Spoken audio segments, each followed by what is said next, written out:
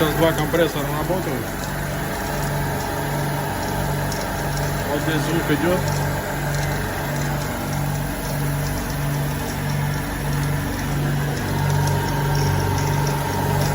Вот с этой штуки.